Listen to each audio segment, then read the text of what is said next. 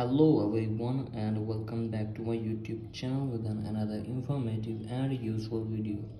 So guys, in this video I'm gonna be showing you how can you fix home would like to send you critical alerts on your iPhone.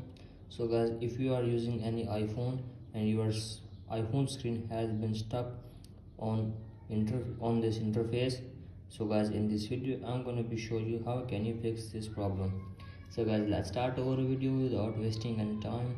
So guys, you have to just simply force restart your iPhone for one time. So guys, how can you force restart your iPhone? So guys, simply click on volume up button and power off until the Apple logo appears.